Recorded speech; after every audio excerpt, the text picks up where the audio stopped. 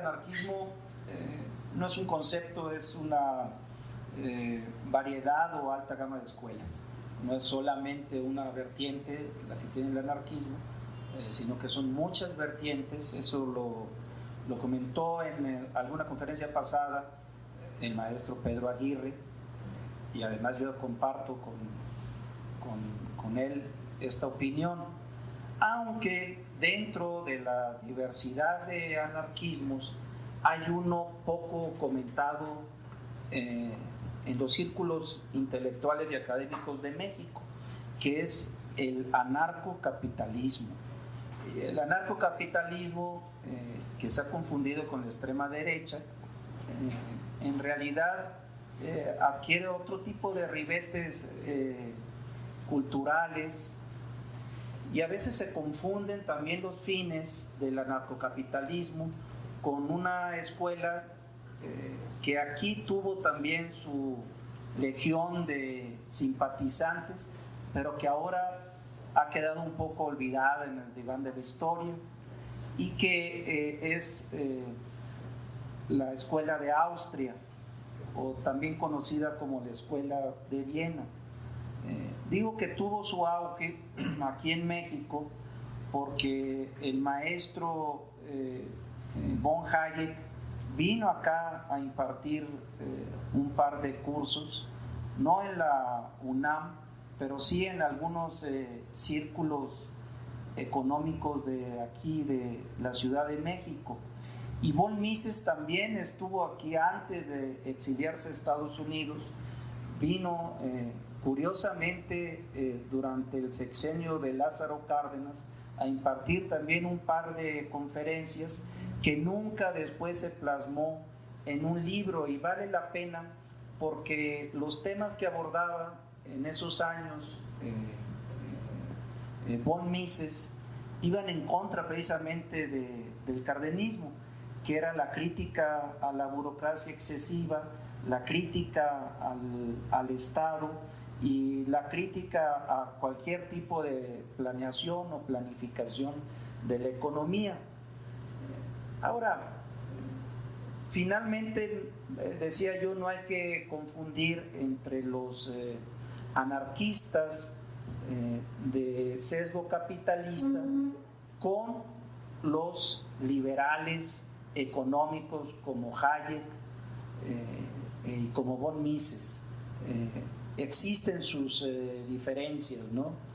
En la década de los 90 comenzó a circular en México, pero muy underground, nunca estuvo dentro de los círculos académicos clásicos, de un tipo que ahorita lo consideran como una bestia negra del anarquismo, pero que por lo mismo es interesante leerlo, ¿no?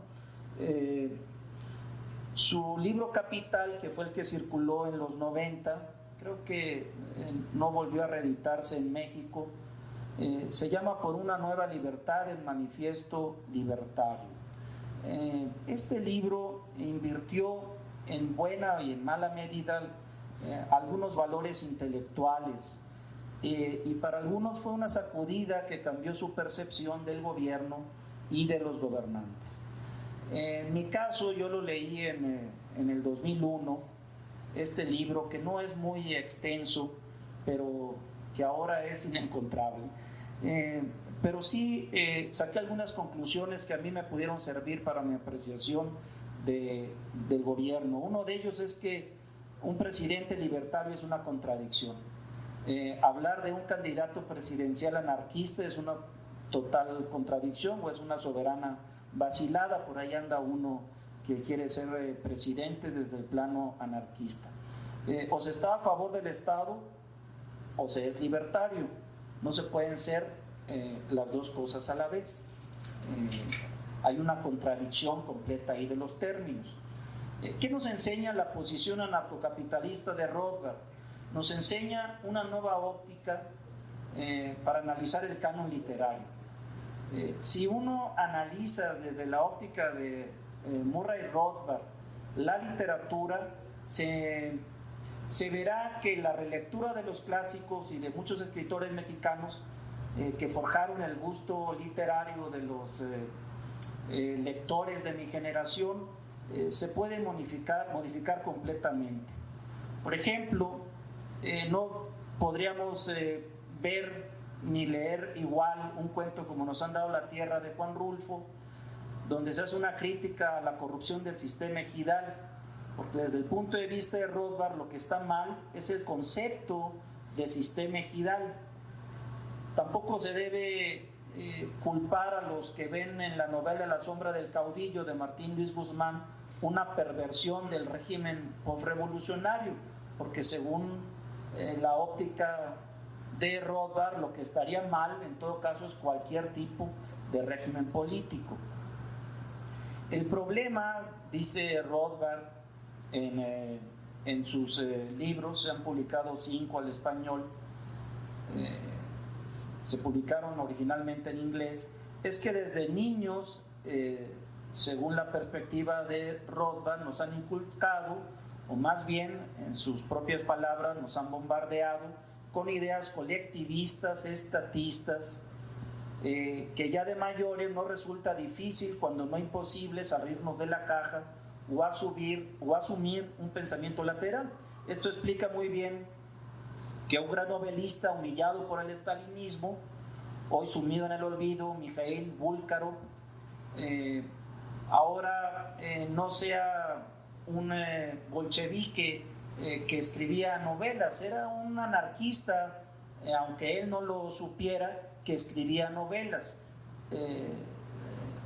La más importante es el Maestro y Margarita, pero vale la pena, se lo recomiendo ampliamente, Corazón de perro.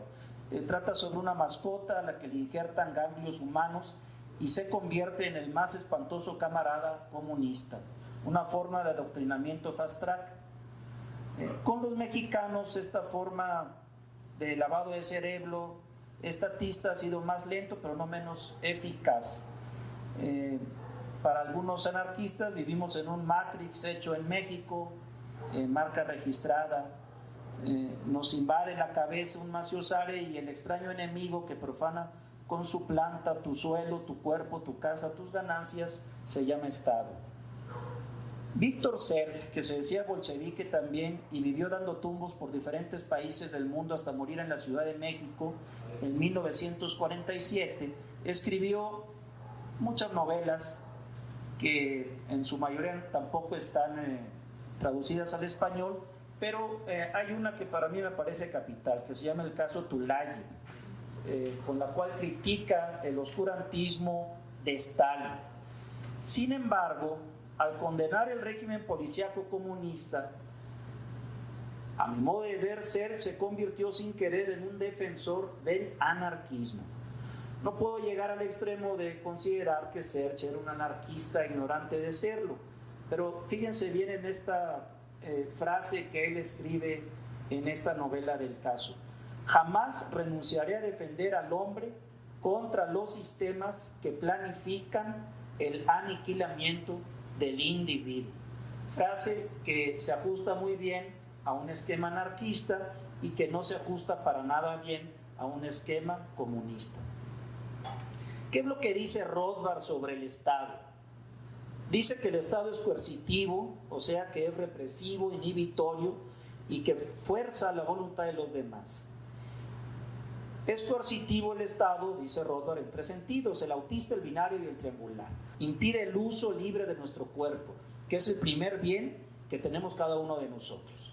La autoridad pública quiere regularme mi cuerpo por la fuerza, digo parafraseando a Rothbard, cuando me prohíbe por mi propio bien el uso de drogas, fumar, prostituirme o morir, cuando a mí se me antoje por medio de la eutanasia o muerte asistida. El Estado, así, haciendo estas prohibiciones, es coercitivo de forma autista. Un libro como Antes que anochezca, del narrador cubano Reinaldo Arenas, más un libro de memorias que una novela, pero como si lo fuera, demuestra esta violencia del Estado que nos prohíbe hacer uso a como nos plazca de nuestro propio cuerpo. Ahora bien, la coerción binaria, en cambio, es la intromisión del Estado en nuestra propiedad personal, privada, y en la obligación que nos impone la autoridad pública para que le demos un tipo de prestación sin que el gobierno no regrese a cambio una coprestación, como por ejemplo rendirle tributo, lo que ahora se conoce como pagar impuestos. Contra lo que se piensa, el Estado no nos garantiza la propiedad privada. Es el principal enemigo de la propiedad privada porque nos va quitando nuestra propiedad a mordidas chicas o grandes. Esta intromisión del Estado en nuestra vida personal se refleja muy bien en una novela que sí es un bestseller todavía hasta la fecha, que se llama 1984 de George Orwell, que muchos hemos leído con alarma por la aparición del Big Brother. Su antecedente, sin embargo, no hablo de plagio, pero sí de muchas semejanzas, es la novela Nosotros, del escritor ruso Yuberny Zamyatin, donde el Big Brother es el equivalente al gran bienhechor. Ustedes pueden descargar la novela Nosotros gratuitamente en internet y vale la pena leerlo. Es un 1984 de Orwell, pero más enfocado hacia el régimen soviético. Cuando el gobierno, por ejemplo, nos cobra el impuesto predial, cuando nos exige a nuestro negocio privado el permiso de edificación, permiso de uso de suelo, permiso de construcción, 35% de impuestos sobre la renta, impuesto de nómina, en muchos casos cotizaciones al IMSS, etcétera, el Estado nos está quitando nuestra propiedad privada de puñito en puñito, como dicen en el pueblo, y nos está diciendo: tu vehículo, tu casa, tu sociedad anónima en realidad no es tuya, es mía. Yo como Estado, tú dejas de ser una persona para convertirte en contribuyente fiscal, en un simple número, como los personajes de la novela de Zamyatin, y trabajas para mí, que soy la casta de burócratas, la clase política que vive a expensas tuyas, que se enriquece con lo que tú produces, los Pedros Páramos chiquitos que no reciben con el cuchillo afilado en cualquier oficina del SAT. Finalmente, la coerción del Estado, siguiendo este análisis de Rothbard, también es triangular. El gobierno se entromete a la fuerza en los acuerdos comerciales voluntarios entre particulares. Si tú quieres vender tu casa, si tú quieres vender directamente tu propiedad, si tú quieres comprar un terreno escriturado, tendrás que pagarle al Estado, no entiendo por qué, un tributo. No existe prácticamente ninguna transacción privada en donde no meta sus narices el gobierno y algo más para entorpecer los contratos privados.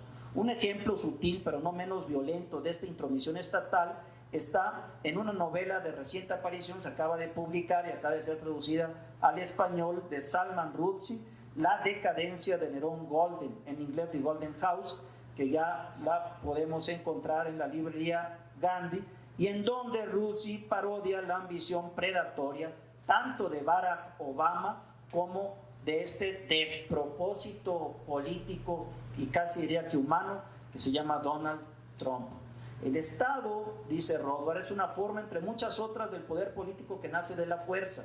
Se perfecciona a partir del siglo XVIII como una entidad imaginaria y como representación simbólica de esa banda mafiosa, dice Rothbard, que está detrás suyo, que denominamos burocracia.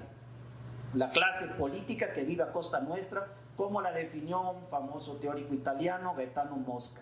Las novelas, por ejemplo, sobre Antonio López de Santana, hay varias y muy buenas, se narran pasajes de la vida de un gobernante providencial, hombre fuerte, cínico, megalómano, como lo bautizó mi amigo Pedro Aguirre, sirven para comprender que el gobierno no existe, que en realidad es una banda compuesta por personas que buscan cumplir sus intereses personales, como lo explica la Public Choice, la teoría de la elección pública, y sobre todo un premio Nobel que se llama James Buchanan, que murió el año pasado. Se trata de un grupo de individuos que se organizan para cobrar impuestos por la fuerza a otras personas a quienes obliga a prestar lealtad, dar la vida si es necesario y sobre todo pagar tributo.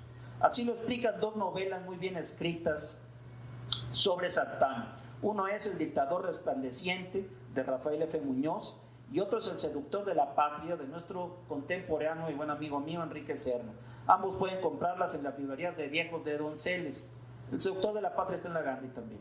Pero sobre todo, hablando de Santa Anna, hay una novela muy larga, muy profusa, pero es para mí la mejor novela que se ha escrito sobre Santa Anna, con todo y unas anotaciones muy interesantes que hace al final de cada capítulo, y que se titula 15 uñas y Casanova aventureros. Esto, como ustedes saben, porque a Santa Anna le decían el 15 uñas, porque como había perdido una pierna en batalla, solamente tenía 15 uñas para robar. Ahora, investigando un poco más en el asunto de las uñas, me enteré de que Santa Anna también había perdido el dedo meñique de la mano izquierda. Entonces, en realidad era el 14 uñas, no el 15, como lo consigna la novela de un gran periodista, ahora también lamentablemente olvidado, llamado Leopoldo Zamora Ploues. Esta novela, que está en 2 tomos, muy larga, pero también muy interesante, yo la conseguí en Mercado Libre en su edición original, que es de 1945. No se volvió a reeditar la novela.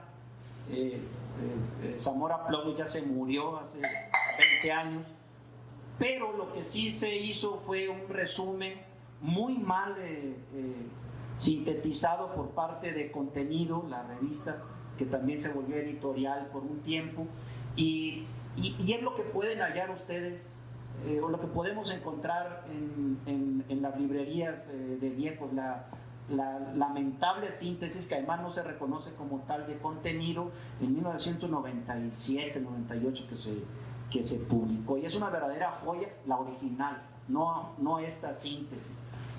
La fake es la de portada color verde, con un Santa Anna ahí sacado de las estampitas que teníamos cuando éramos niños, íbamos a la escuela, y la original, que a lo mejor lo pueden encontrar bajo pedido ahí en Mercado Libre, en Amazon no está. Esas son 2 tomos, y hizo una copia Zamora Ploues de la portada de una editorial muy célebre aquí que se llamó Botas, que era la que, pero todos los libros de Botas pues eran iguales, no había esta capacidad de diseñar las portadas, entonces todas eran igual, lo único que cambiaba era el título y el nombre de los autores, ¿no? Yo estoy pensando hasta sacarle copia. No estoy en contra para nada de la piratería cuando se trata de saber más y de aprender cosas, entonces vamos a sacarle copias a la novela de Zamora Ploues. Pero bueno, vamos a meditar en la imagen del presidente con su banda presidencial cruzando su pecho. Vamos a pensar en los generales con sus uniformes militares, con medallas y con decoraciones. Vamos a pensar en la señorita de la ventanilla de Obras Públicas. Todas estas imágenes son representaciones del Estado en la tierra, como dice Rothbard. La encarnación de una abstracción estatal. Antes, la función violenta de cobrar tributo la ejercía un monarca basado en el derecho divino de los reyes, o un califa, o un caudillo, o un zar, o un aventurero como Santa Anna, que tuvo la maravillosa idea, Santa Anna, de cobrar impuestos por cada ventana que se abriera en las casas. Y eso lo repitió después Maximiliano cuando estuvo ya atrincherado, o más bien acorralado en Querétaro.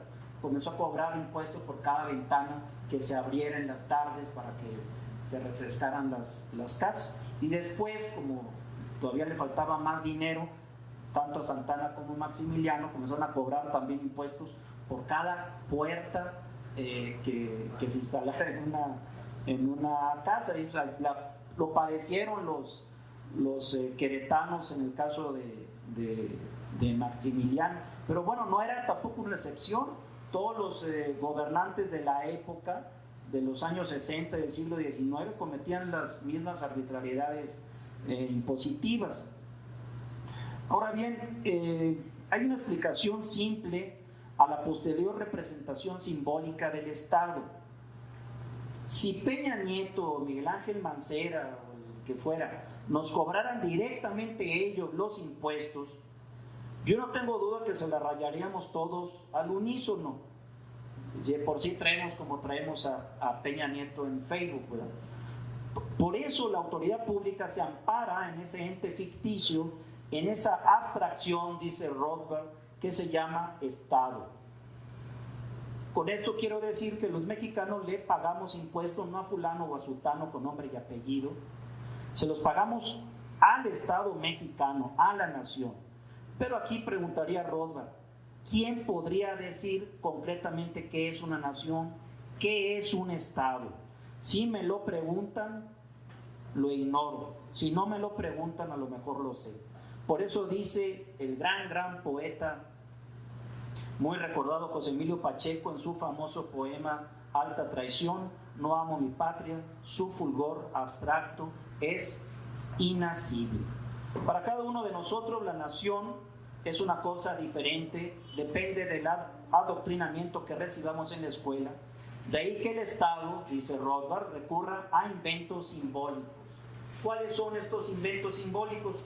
Un himno, una bandera cuyo paso la gente se pone en posición de firmes, honores en las escuelas y al inicio de cada ceremonia pública, un ritual no secular sino completamente sacro, con todo y cánticos y recitaciones. Y a Rothbard le hubiera encantado condenar aquella famosa recitación que hacemos en la infancia de Bandera de México, legado a nuestros héroes, te prometemos ser siempre fieles, y así en el caso de todos los poemas patrióticos.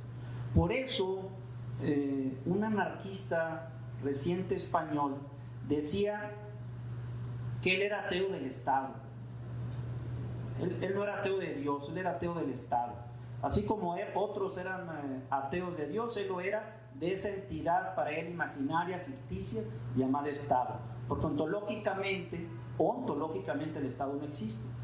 Podría creerse que esta idea anarquista es una extravagancia, es algo que está en la marginalidad del mainstream intelectual, pero no es así. Franz Oppenheimer, por ejemplo, que no es para nada un anarquista, que fue un socialista muy convencido, decía que el origen del Estado era la opresión, la rapiña y el robo. Algo similar dice Robert Carneiro, que tampoco es anarquista, en una teoría del origen del Estado. Carneiro dice: un grupo de bandidos saqueaban a sus semejantes a lo largo de la historia, sobre todo en los primeros tiempos, hasta que se cansaron de reprimir y prefirieron organizarse y poner a trabajar a los demás a su servicio, cobrándoles además el 10% de lo que ganaban e inventando con ese fin una serie de símbolos como los que he comentado. La ideología estatista, según esta posición anarcocapitalista, sirve para someter a las personas mediante abstracciones. Ludwig von Mises, que tampoco era un anarquista, sino que era un liberal, llama o prefiere llamar a esto gobierno mínimo, lo que se conoce como el minarquismo, es decir, el gobierno que sea lo suficientemente pequeño como para que quepa en una bañera, decían en los años 80 los anarquistas, y así ahogarlo mejor, que se muera rápido, con sangre. Pero de cualquier forma, von Mises reconocía en la acción del Estado una violencia no legítima, sino simplemente basado en la fuerza. Por más, decía von Mises, que estén adornándose los aparatos públicos, los gobiernos, los estados, en realidad imponen simplemente la fuerza a secas. Finalmente, para Murray Rothbard, él sí, anarcocapitalista o anarquista de derecha, el Estado es una mafia criminal, no es una casta ineficiente, no es un grupo incapaz o inviable. No, para él es algo simplemente malo, perverso, mafioso, 100%, así de simple. Si alguien quiere asustarse ante este monstruo frío del Estado que comenta Rothbard, pues más que ir al cine a ver una película de terror, basta con leer cualquiera de sus libros, porque el defecto del Estado para él no es funcional, no es de funcionalidad. El defecto para él es moral. El Estado es malo desde el principio y hasta el final. Moralmente es un concepto inaceptable. Todo esto es desde el punto de vista del anarcocapitalismo. Podríamos tomar en partes o podríamos tomar de manera completa y radical los puntos de vista del anarcocapitalismo y sobre todo de ese radical extremo. Él dice que él no era de nueva derecha ni alt-right ni nada de eso, él era simplemente un anarquista depurado, que es Rothbard. Y le hubiera dado mucha risa porque los últimos libros, y sobre todo uno muy interesante que se llama Mercado y Poder, lo publicó cuando aquí en México se había convertido en bestseller una novela escrita disfrazada de memorias, que se tituló Mis Tiempos, cuyo autor, si alguno de ustedes lo recuerda, fue un famoso comediante, gran estandupero mexicano que se llamó José López Portillo, mejor conocido como El Perro. Bueno, pues esta es una visión panorámica en estilo telegráfico, dada la brevedad del tiempo, pero que vale la pena para ponerlo aquí, que se convierta también en un punto de reflexión para ver las diferentes variantes y aristas que tiene el anarquismo, y especialmente esta arista que se llama anarcocapitalismo. Pues muchas gracias por la atención.